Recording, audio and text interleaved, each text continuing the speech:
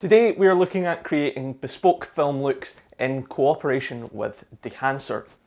The folks at Dehancer set me up with an extended trial of a month to play around with the plugin and give you guys my honest thoughts. They have also hooked it up for you with a 10% discount down in the link provided in the description. So as you guys know, I have been using DaVinci Resolve pretty much exclusively for the last 4 years, until the recent job change where everybody there works with Adobe Creative Suite.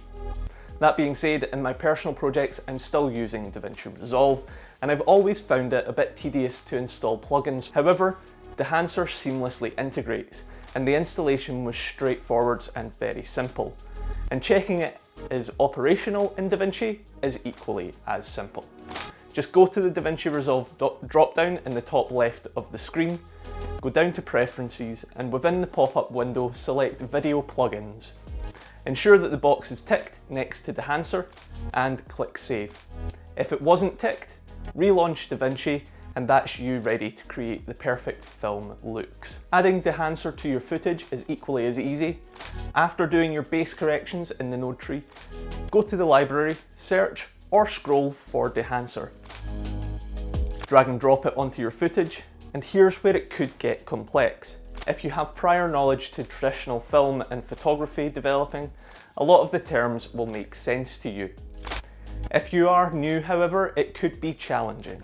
But the team at Dehancer have thought of all this and provided a detailed explanation of each element within their program and how it will affect your image.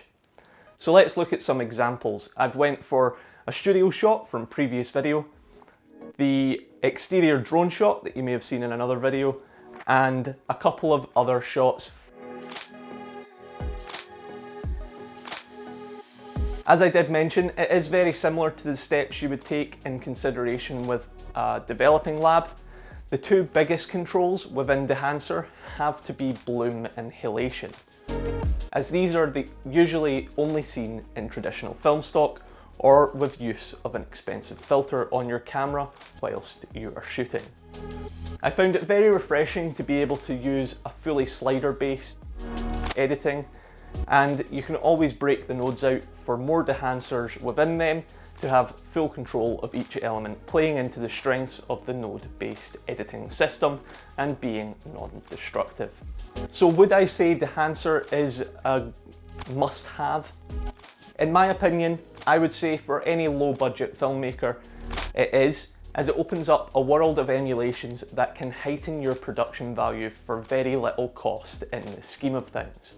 Not having to invest in hiring or buying a high-end film camera to get the same look as Dehancer can provide. As I mentioned previously, Dehancer have hooked it up for you guys to get 10% off using the code on the screen and down in the description below. They also offer a fantastic trial of the software for 2 weeks, so you can get used to their terminology and methodology within their plugin. They have just released an iOS version of Dehancer for use on your phone. If you want to stay up to date with future content, please consider subscribing, as I will have a Dehancer Color With Me coming soon. As always, take it easy, and I'll catch you in the next one.